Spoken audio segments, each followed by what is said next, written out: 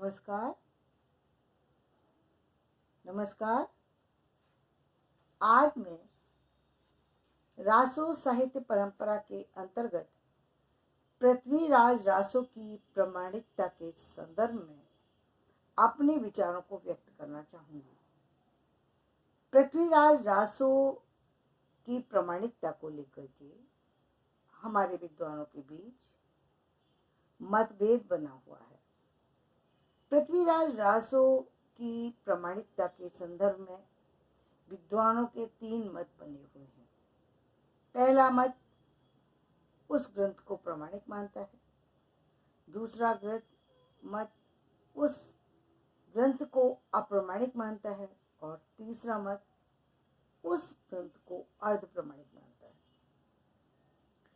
तो पहले मैं प्रामाणिक मानने वाले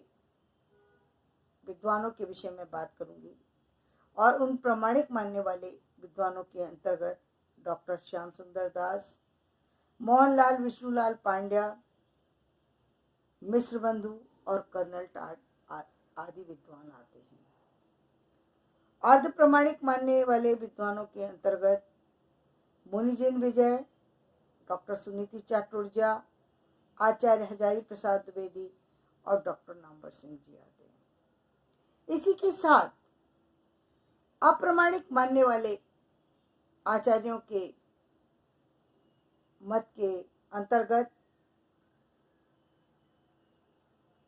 जो विद्वान आते हैं उनमें सबसे पहले बूलर,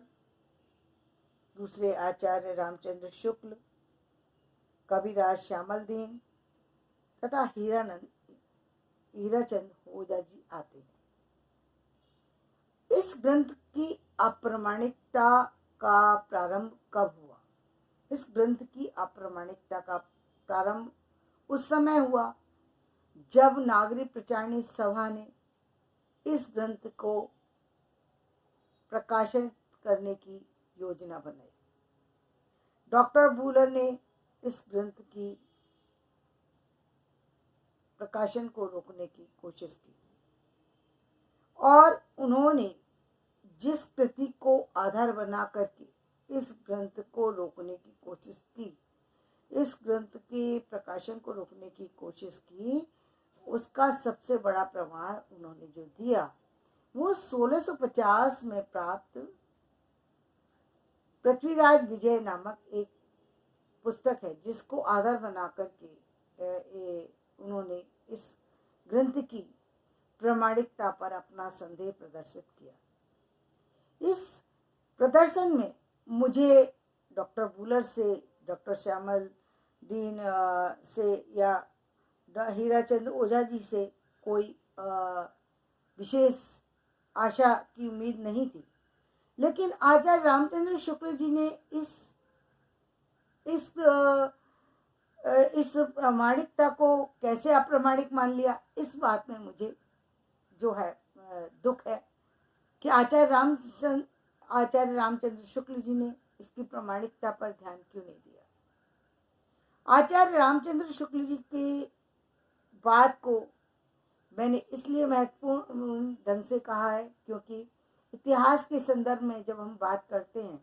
तो आचार्य रामचंद्र शुक्ल जी ऐसे इतिहासकार हैं जिनका हिंदी साहित्य की परंपरा को बनाने का, हिंदी साहित्य के इतिहास में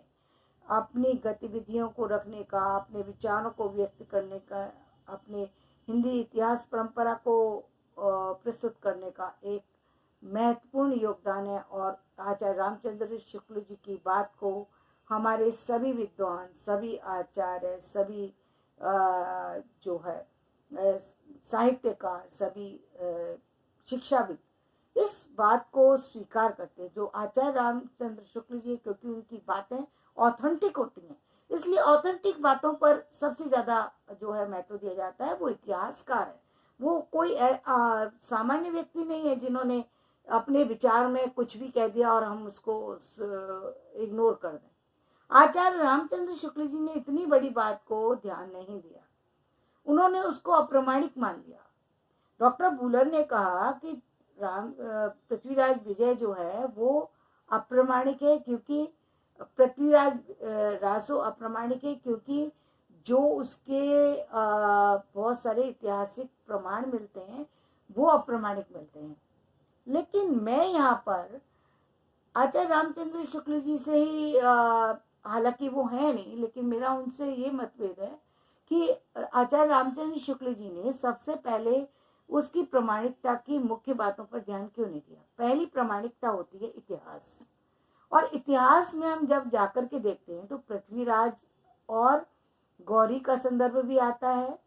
और पृथ्वीराज के मित्र चंद्रवरदाई का भी हमें जो है एक इतिहास प्राप्त होता है। यदि इतिहास में आगे पीछे हो जाना तो हम मान सकते हैं, लेकिन ये मुख्य जो पात्र हैं, उसके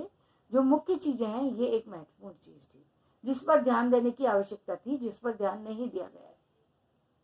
कि पृथ्वीराज राजसो जो थे वो पृथ्वीराज एक राजा हुए हैं, उनके मित्र चंद्रवरदाई हुए हैं। चंद्रवरदाई ने उनके ऊपर लिखा है, उस समय जो है चारण काल था, तो इसलिए चारणों द्वारा राजा की प्रशस्ति गाई जाती थी, ये प्रमाण है। राजा की वीरता का वर्णन किया जाता था, ये प्रमाण है। राजा की श्रृंगारिकता का वर्णन किया जाता था, ये प्रमाण है। पृथ्वीराज का और गौरी का युद्ध हुआ, ये भी प्रमाण है। उस समय राष्ट्रीयता जो है बिखर गई, ये भी प्रमाण है। और सबसे बड़ा प्रमाण क्या है, वो भाषा है। अपभ्रंश भाषा 1400 के बाद समाप्त हो गई, तो 1650 में अपभ्रंश भाषा के लिए लिखने वाला कौन सा विद्वान पैदा हो गया जिसने अपभ्रंश भाषा में साहित्य की रचना की। डिंगल और पिंगल जो जिसका प्रयोग अपभ्रंश काल में था, वो आखिर उस समय में 1650 में कैसे उसका प्रयोग किया गया। 1650 में एक और प्रामाणिकता का जो है वो हमें वो मिलता है कि जिन छंदों का प्रयोग उस पृथ्वीराज रासो में मिलता है, वो छंद का प्रयोग जो है कैसे 1650 में जो है करना संभव था, अब वो भी अपभ्रंश भाषा में करना। सामंतवादी जिस प्रथा का प्रयोग हमें पृथ्वीराज रासो में मिलता है, वो सामंतवादी प्रथा जो है बाद में जो है उस तरह की नहीं थी। उस तरह की स्थितियां सामाजिक स्थितियां उस तरह की नहीं थी जिस तरह की पृथ्वीराज रासो में उपलब्ध होती हैं। पृथ्वीराज रासो के संदर्भ में जो जितनी भी वहाँ की प्रमाणिक चीजें हैं, जैसे कि जो उनका विवाह है, सिंगलदीप की रानी से जो विवाह है, और जो अन्य जो प्रमाण मिलते हैं, वो सारे जो है वो हमें सिर्फ और सिर्फ 1400 से पहले के प्रमाण ही के रूप में ही उपलब्ध होते हैं। उन प्रमाणों को यदि हम 1650 में ढूंढने जाएं तो वो हमें नहीं मिलेंगे, क्योंकि ना उस समय के व्यक्ति इस तरीके के थे, ना उस तरीके की भाषा इस तरह की थी, और ना उस तरह की अभिव्यक्ति जो है 1650 में की जाती थी। तो एक तो ये मुख्य बात है। दूसरी बात, जिन चीज़ों को जो है पक्ष में रखा गया, वो पक्ष में जिन्होंने प्रमाणिक सिद्ध किया, उनके संदर्भ में कहना चाहूँगी, जो उन्होंने प्रमाणिकता के ऐसे जो है आधार बताए, जैसे उन्होंने कथानक रूढ़ियाँ आधार बताया, जैसे उन्होंने जो है उस समय के कहा कि जो कवि थे वो कवियों ने जो जितनी भी रचनाएं करते थे वो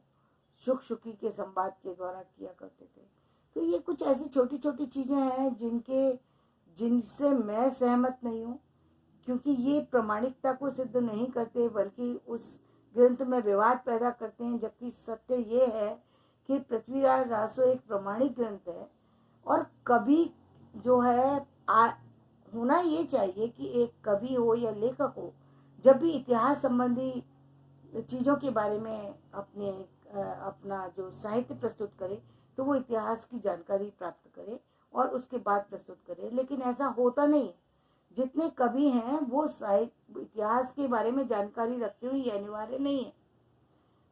बिना इतिहास की जानकारी हासिल किए वो अपने सुनी सुनाई बातों पर अपने साहित्य की रचना करते हैं, और उसी तरीके से उसमें त्रुटियां हो जाना जो है वो संभव है कि उसके अंदर त्रुटियां हो जाए। तो इस परंपरा को देखते हुए यदि पृथ्वीराज रासो में वो त्रुटियां हुई हैं जो त्रुटियां नहीं होना चाहिए थी, तो वो एक सामान्य जो है स्थिति है, सामान्य भावाभिव्यक्ति की बात है। कभी की अपनी जो है कम जानकारी की स्थिति को प्रस्तुत कर सकता है, लेकिन ऐसा नहीं है कि पृथ्वीराज रासो अप्रामाणिक है या उसके ऊपर विवाद चलते ही रहना चाहिए। उसका विवाद समाप्त होना चाहिए और पृथ्वीराज रासो एक प्रमाणिक ग्रंथ है, इसको पूरी तरह मान लेना चाहिए। इसको अप्रामाणिक या अर्ध प्रमाणिक मानने की परंपरा को समाप्त करना चाहिए, क्योंकि ये विवाद का विषय ही नहीं है, बल्कि ये अब होना चाहिए पृथ्वीराज रासो में वो कौन सी खूबियां हैं जो हमारे सामंतिक व्यवस्था को प्रस्तुत करती हैं, वो कौन सी खूबियां हैं जो युद्ध परंपरा को प्रमाणित करती हैं, वो कौन सी खूबियां हैं जो श्रृंगारिक परंपरा को प्रमाणित करती हैं, वो कौन सी चीज़ें हैं जो उस समय के राजाओं की बुराइयों को प्रस्तुत करती हैं। वो जैसे नगर वधू का होना, जैसे राजाओं का बहुत सारी रानियों को रखना, जैसे ऋतु परंपराओं का वर्णन करना, जैसे व्यवहारिक ना होना, आर्थिक स्थितियों का वर्णन करना, जमींदारी प्रथा का वर्णन होना, तो और अशिक्षा का जो वर्चस्व होना, धार्मिकता का वर्चस्व होना, धर्मांधता में फंसे रहना, ये या संत परंपरा का होना, या फिर किसी एक संप्रदाय की ओर चल पड़ना, या किसी एक पर्टिकुलर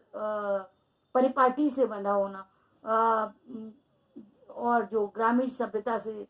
जुड़ जाना, कृषि परंपरा से जुड़ करके कार्य करना, कृषि की परंपरा में अकाल, भुखमरी, भूकंप आदि का आना, सामाजिक परंपराओं का बिगड़ना, आर्थिक स्थिति का क्या वो रूप जहाँ एक तरफ आर्थिक स्थिति का चरम सीमा पर, जहाँ पर एक तरफ जो है उच्च वर्ग दिखाई देता है, एक तरफ निम्न वर्ग दिखाई देता है। तो ये सारी स्थितियां जो हैं ये बताती हैं कि रासो ग्रंथ जो है, और रासो ग्रंथ में जो पृथ्वीराज रासो है वो प्रमाणिक ग्रंथ है, उसको अप्रमाणिक नहीं मानना चाहिए, और जो विवाद है वो उसको समाप्त करना चाहिए। आने वाली जो हमारी जनरेशन है उसको ये सूचना देना चाहिए कि हमारा जो आदिकाल जिसे हम कहते हैं, उस आदिकाल आदिकाल सभ्यता का पतन क्यों हुआ, आदिकाल में वो क्या चीज़ें थी जिनके कारण से हमारा समाज उन्नति की ओर अग्रसर नहीं हो रहा था, वो कौन सी चीज़ें थी जिसके कारण से हमारे समाज के अंदर बुराइयां व्याप्त हो गई, वो कौन सी चीज़ें थी जिन पर ध्यान देने से की आवश्यकता थी, वो कौन सी चीज़ें थी जो धर्मांधता के नाम पर हमारे समाज में दूरियां पैदा कर रही थी, वो कौन से धर्म थे, वो कौन सी जातियां थी जिनके विवाद जो हैं हमारी परंपरा में सालों साल हमारे ऊपर प्रभावी रहे हैं, और जिनके कारण से हमारे समाज की उन्नति रुकी रही, और हमारे समाज के वो कौन से कमियां थी जिसके कारण से हमारा एक बहुत बड़ा जो है पुरुष वर्ग जो है वो भक्त साहित्य की ओर चला गया, वो कौन से कारण थे जहाँ हमारी संगीत परंपरा तो बढ़ रही थी, जहाँ पर हमारी काव्य परंपरा बढ़ रही थी, लेकिन जहाँ पर हमारी सामाजिक व्यवस्था कहीं ना कहीं आमूलचूल जो है उसमें परिवर्तन हो रहा था। तो ये चीज़ें ध्यान देने की है, और रासो साहित्य में जो पृथ्वीराज रासो है उसको प्रमाणिक मान लेना चाहिए। बस आज का मेरा वीडियो यहीं पर मैं समाप्त करती हूँ।